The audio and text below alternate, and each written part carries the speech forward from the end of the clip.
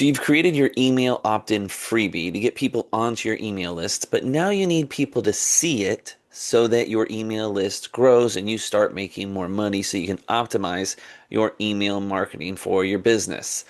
And I'm going to walk you through some ways that you can promote your freebie so that you grow your email lists. First, my strategy that I recommend is three steps. One, you start with your TPT store, and we'll talk about that in a second. Step two, talk about this afterwards, is that you add one discovery engine. So that could be Pinterest, YouTube, or your blog. And then finally, you use a social media platform. And we're going to get into all of this except the social media platform. We're not going to have time for that in this video. That's going to be a separate video. But you're going to optimize all of these to promote your freebie or your freebies to get people into your email list. So as you're emailing them, you're providing value, you're building trust, then you can eventually sell to them as well. So first, let's start with our TPT store. Your TPT store is already getting traffic. It's got good SEO, it's got products, people are coming and visiting it, and hopefully they're purchasing from it or downloading your freebies and stuff like that. So we're going to optimize this so that our email marketing becomes part of our strategy to grow our business. First thing you're going to do is start with your TPT file that they download after they've purchased something from your store or even gotten a freebie. Inside the product file, you're going to have a thank you page. And in that thank you page, you're going to promote your freebie. Now, in my membership, we had a long talk about should it be a hyperlink or should it be a QR code? I'm going to leave that for you to decide, but I'll tell you what I do. I think hyperlinking it is a good strategy since a lot of teachers are downloading the freebie to their computer. They're probably not printing the thank you page anyways, so that way they can just click on it, take them right over, they're on their device or whatever. But if you add a QR code, you might want to think about adding it to the teacher answer sheet and just down in the corner say, I've got something else great that you're really going to like, scan here. And that way they can get to it from their phone. Now, I do recommend, and we'll talk about this a little bit more in a second, but that your free product is something that gives them a win, but is also relevant to what they currently downloaded. So in my case, if it's an adding integers resource, I want to give them a product that's might be about adding integers or might be about the next thing that a teacher would be teaching that teaches adding integers. So for them, it's going to be subtracting integers. But I want it to be related and custom to my niche. A bad strategy, or maybe not the best strategy, is to have the same freebie in all of your files. That's too broad, and then you're going to lose a lot of your conversions. Now, if you need a thank you page template, I do have one for you, and I'll put the link in the description of this video. As I mentioned, a good strategy is to have the freebie be related to the product that they downloaded. So, like I said, if they're getting an adding integers resource, I might want to give them something that is related to adding integers, or it might be something about the next topic that they're going to teach, which I already said would be subtracting integers. So think through your business, think through your product lines, think through the scope and sequence your teachers are going to go through when they get your product, and then give them a product that's related to that standard or is going to be the next one in the scope and sequence. Or, maybe yours is thematic, like maybe it's a June newsletter or classroom. If it's a June newsletter, maybe you want to give them other month newsletters, or if it's a themed item for the classroom decor, maybe it's a different themed classroom decor or something else in the classroom that's related to that theme. If it's classroom management strategies, obviously you might want to go with some more classroom management strategy resources that they could find. Okay, other places to promote it in your TPT store. One, in the product description. So this is a little bit touchy, and I don't really think you can hyperlink to your freebie inside your product description because TPT does not want you sharing links that take people off their platform to purchase something somewhere else. Now, this is a freebie, but I still don't think we're allowed. So you might be able to mention it inside the product description that when you download this, you're also going to get this freebie. That's perfectly fine. You also can reference your your freebies, your email opt-ins in your TPT banner. Now you're not able to hyperlink anymore like we used to be able to, but you can mention it. You can tell them or direct them where to go to get that.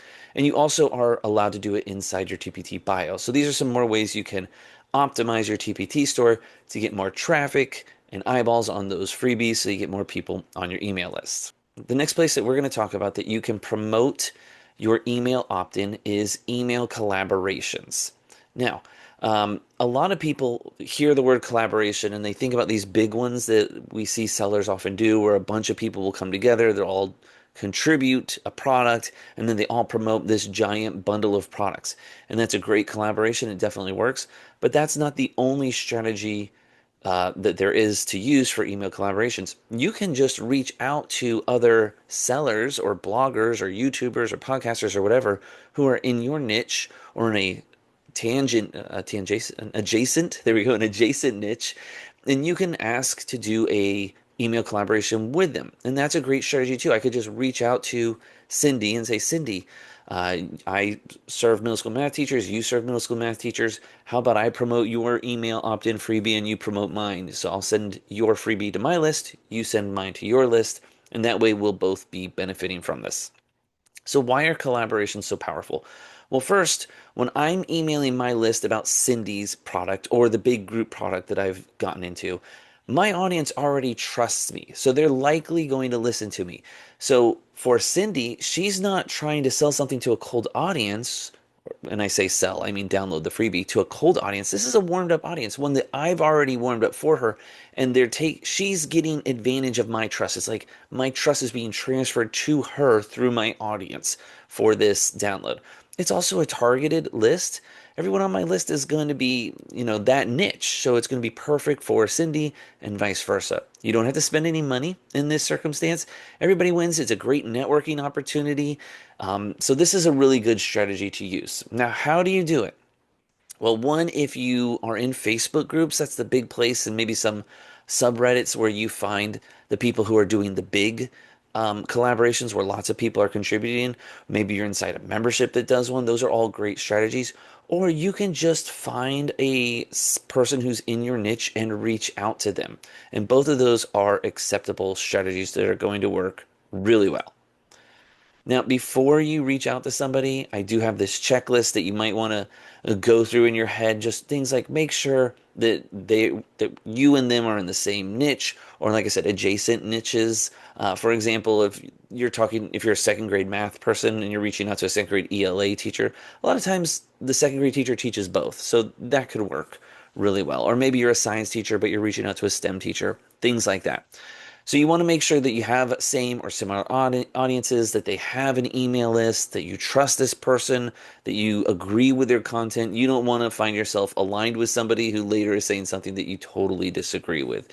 So you want to try and find this sweet spot where you guys are having the same audience, you have similar products, and you both, of course, have an email list, and that's a good person to partner with for collaborations. So that's starting where you are to grow your list. And now we're going to look at that searchable content that I talked about. And there are three different things you can use. You can use YouTube, you can use your blog, and you can use Pinterest. These are the three I'm recommending. Obviously, they're not the only ones. I mean, there's Substack and there's other stuff out there. But this is what I'm going to recommend in this training is you pick one of these and you commit. So let's talk about YouTube real fast. I do want to remind you the great thing about YouTube is that it's owned by Google. So you're going to get really good search engine optimization by showing up here. Also, YouTube videos, you can embed them places so you can share them across multiple platforms and blogs and emails. It works really well for content. Now, how do you use YouTube as a TPT seller to show off your freebie? There's three things I recommend, or three ways to create content that I recommend. The first is that you just show off your product. You can print it like I have done here in this image, and you can talk about it as you show it, or you could even put it down on a paper and have an overhead camera and work through the worksheet and explain how to teach the skill and explain how to go through the worksheet or how it works so well. These are great ways to do it. Another thing you do is just have images of it and on your Canva or on PowerPoint and just go through it like a PowerPoint slideshow. You could be talking or you can have text boxes with music going. Both are acceptable. They're not the end all be all, but I have done both of these and they've worked fairly well enough, especially when I'm showcasing a TPT product. This also doubles as a video preview for you, so that's nice. Another option you can do is just teach something. So solve a problem, answer a question, or share a strategy about the thing that you're freebie is on. So if my freebie, I'm just going to stick with adding integers. If I have a freebie about adding integers, I might make a video on how to teach adding integers, or how to help students struggling with adding integers, or how to teach adding integers using counter chips or number lines, or a good lesson plan for adding integers. Adding integers. All those are great videos that I could create. And the cool thing is, those are going to be search friendly. People probably aren't searching for my video on my worksheet, but they might be asking this question into the YouTube or Google search, and then my video shows up. This is also shareable content, which is great. And then inside the video, as well as inside the product description, the YouTube video description, I'm going to promote my freebie. Another thing I can do is answer a question. So instead of saying how to teach something, maybe I'm answering a question about, where students struggle with it, or how I create my word walls, or how I create centers. And so option two and three kind of overlap a lot, where you're teaching a skill, you're creating content that's searchable so that people find your product. And I'm going to talk more about this as we talk about blogging here in a moment. Some good strategies for YouTube, though, when you make your video. One, mention the freebie inside the video. Two, put the opt-in link near the top of the video description. Three, comment on it in your video with the link and pin that comment. Four, put the freebie in the channel profile. Number five, you can also use shorts. And number six, you can use cards or end screens to promote the freebie. Now, I haven't actually done this last one. I'm looking forward to doing it. I've used end cards to promote related videos, but I haven't yet figured out how to do a freebie. So maybe when you're watching this, it'll pop up and that'll be my first time doing it. Okay, the next search engine is Pinterest. Pinterest is not social media, though it does kind of masquerade as a social media platform, and it's got some social media elements. You need to think of it as a search engine, because what you post on Pinterest, it ranks really well on search engines. If you ever do a search, a lot of times you'll see Pinterest pins showing up high in the ranks, especially for images, but also that they last a really long time. When you post on Twitter or Facebook or whatever, those last, a day or three. Pinterest lasts forever. So if you're using Pinterest as part of your strategy to get discovered, think of it like a search engine and create content that's going to be search friendly. Pinterest is different because it's search driven. Like I said, when you post something, it lasts forever. You can put links directly to, you can do your website, or you can do your YouTube video, or you could do your TPT product, or a Facebook post, or a social media post, whatever. You can link to whatever you want. And so you can get really creative with your pins and your links and things like that. People on Pinterest are high intent, which I'm going to show you here in a moment. And obviously, content can get rediscovered. Pins last forever, and because they're search engine friendly, sometimes it takes a while for them to even start to rank. But here's some fun facts or statistics about Pinterest: is that it's got almost 500,000,000 monthly active users. 90 million of them are US. 76% are women. Our teacher buyer niche generally skews higher towards women, so that's great. 80% of people who use Pinterest say that they use it to decide what to buy. And 85% of teachers use Pinterest. Here's some more statistics. It's a lot of them, I'm sorry, but some of these are really fun. Things like the fact that 75% of Pinterest users say they are always shopping. And a Pinterest spender or shopper spends twice as much money on Pinterest as on other platforms. So your Facebook ad is going to make money. It gets better return on investment, seen by more people. But the person buying on Pinterest versus the person buying on Pinterest, they spend more money. And there's another statistic in here that says something like 80% of Pinterest users say that Pinterest is a happy place for them. They go there to shop. They go there to get inspired. They go there to find joy, which I just don't see on the other social media platforms. So it's one of the reasons I like Pinterest. Some strengths and weaknesses of Pinterest. Stuff we've already mentioned for the strengths: it's search based, it's evergreen, which means it lasts forever. Your users are focused on using the content or spending money or implementing strategies. The rough part are it takes time to see results. It does rely heavily on consistency. I notice that when I'm inconsistent, my pins start to do much worse. You do need to, make sure you're using your SEO, your keywords, and have good visuals.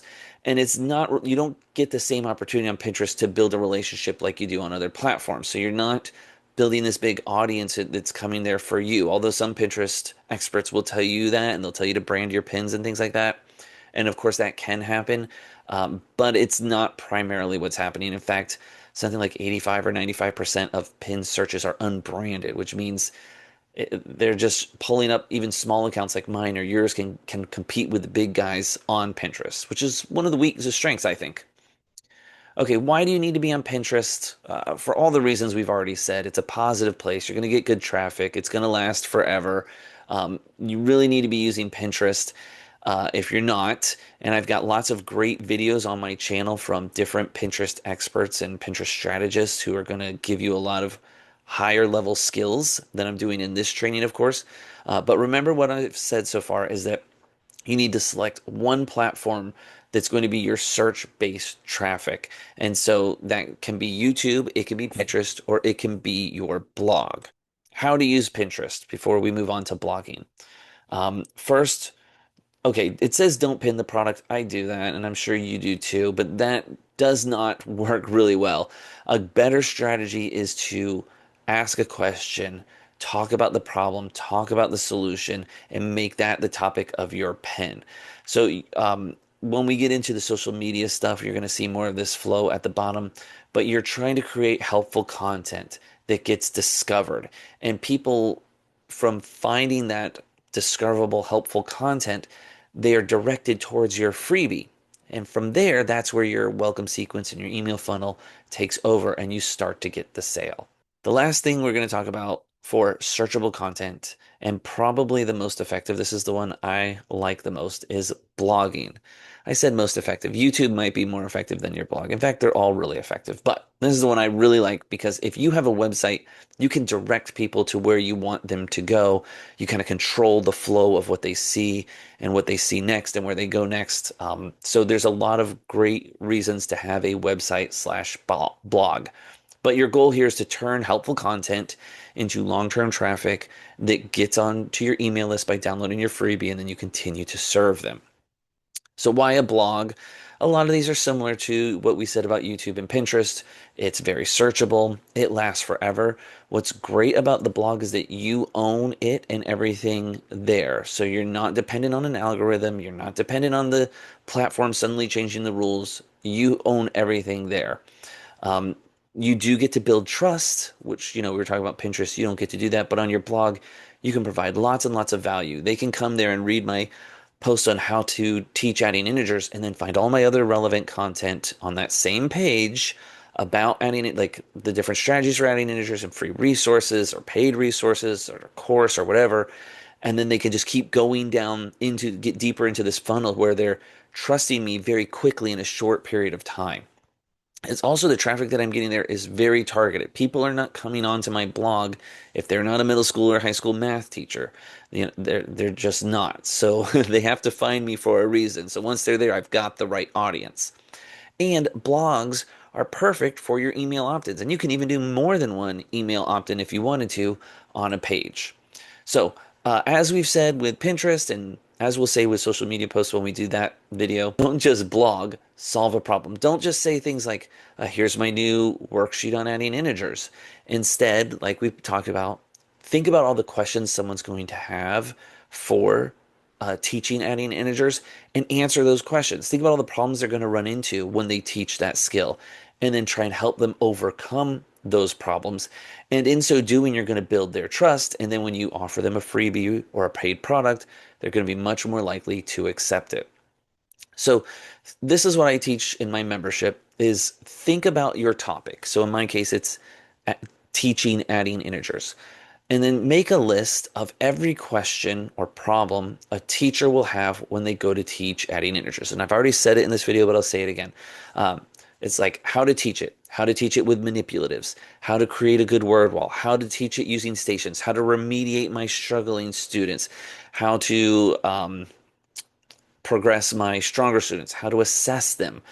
fun activities to do when teaching adding integers. Okay, the list obviously goes on, but you just see right there, I think came up with 8 topics real fast. Well, that's 8 blogs I can create. And in each of those blogs, I'm going to promote my freebie. So I've got 8 opportunities for people to get into my blog. These blogs are all going to reference each other. So once someone finds one of it, they can go to the next and to the next. And all the while, they're seeing my freebie. So they're going to keep that seed's going to keep getting planted and watered until they actually do what I've asked them to do and download the freebie.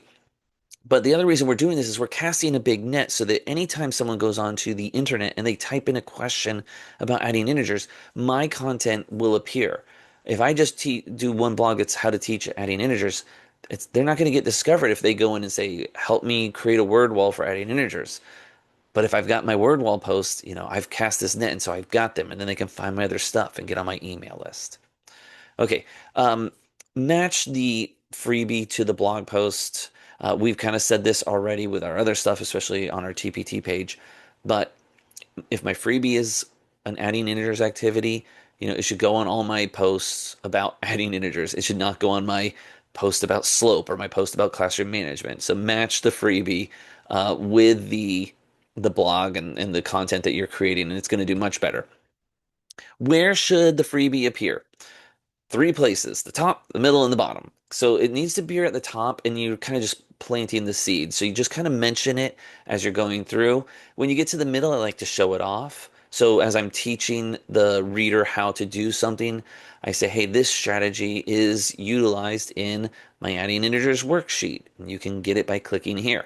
And then I provide more value in my blog post. And then at the bottom, at the end of the post, when I've said everything I need to say, then I say, download my freebie, show a picture, click here. The reason we do it at the bottom is when they finished reading everything, they're asking themselves, that's great, but now what do you want me to do? So tell them what you want them to do. You want them to get on your email list by downloading your freebie. Okay, a couple other places it says on the screen is the sidebar menu. If you have a blog, you get the sidebar. Remember, most people are reading your blog on phone, so that shows up at the bottom. And usually the sidebar is the same on every page. So that might be your generic freebie that you offer for everyone in your niche that's not matched to the specific blog post. So that's not going to be my adding integers activity. That might be my middle school math teacher activity. And I've got something that's more broad, and I put that in my sidebar banner. Now, if you can get the code and everything so that you can customize what's in the sidebar for each blog post, great, go crazy. But just remember where it shows up on mobile. And the other thing is in a pop-up. And I do want to mention that pop-ups work. I've seen different statistics. This is the statistic I'm seeing right now that they converted about 5%. In the past, I know it used to be 10%, so I don't know if that's changed or if I'm just looking in different sources. But I resisted the pop-ups for a long time because it felt spammy and I didn't want to make my website look spammy.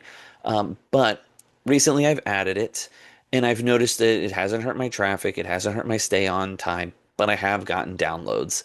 And so the statistics are really what sold me on doing this, on adding the pop-up, because the statistics do suggest that you're going to grow your email list by doing a pop-up.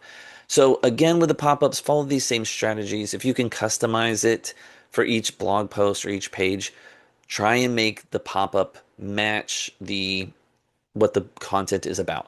That is hard to do. I'll admit that's not what I do. I have my more generic pop-up up here. Now, my more generic is not get on my email list. People don't want that. That's not a freebie. But it is a freebie that will reach all the different types of people who are coming to my website to read, whether they're there to learn about classroom management or math teaching strategies or a specific math skill, whether 6th grade, 7th grade, 8th grade, high school. Try and find something that's going to hit all that. Okay, as we said, when you say join my email list, those convert at about 1%. Whereas a freebie, I know the last slide said 5, but I've seen statistics that say they convert at about 10%. So give yourself a much better chance at getting a wider audience, because we want to grow this email list, by having a really great freebie. Okay, I do want to end by saying I've got some really good resources for you to help you on this journey. I have a free blogging course, I have a free email course, and I have a video that's going to talk to you about what your freebie should be, how to make a great freebie or email opt-in. So you can get the video obviously on my YouTube channel, the free blog course, the free email course. Those are on my website, Teach, Create, Sell. Go there to check them out. I hope you liked this video. If you did, give it a like, share a comment, share the video. Appreciate you.